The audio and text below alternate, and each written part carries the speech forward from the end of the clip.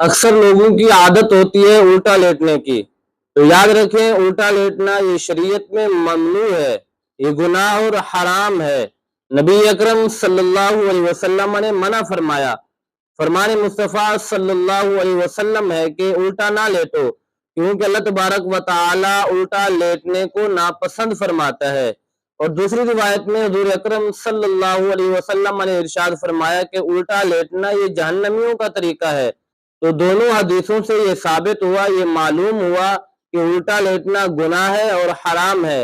हाँ, अगर किसी की मजबूरी है, वो दाईं करवट पर भी लेट कर नहीं सो सकता, सीधा भी नहीं सो सकता, बाईं तरफ जो है लेट कर नहीं सो सकता, तो अब उसकी मजबूरी है उल्टा लेटना, तो इस हालत में, इस सूरत में उसे गुनाह नहीं होगा।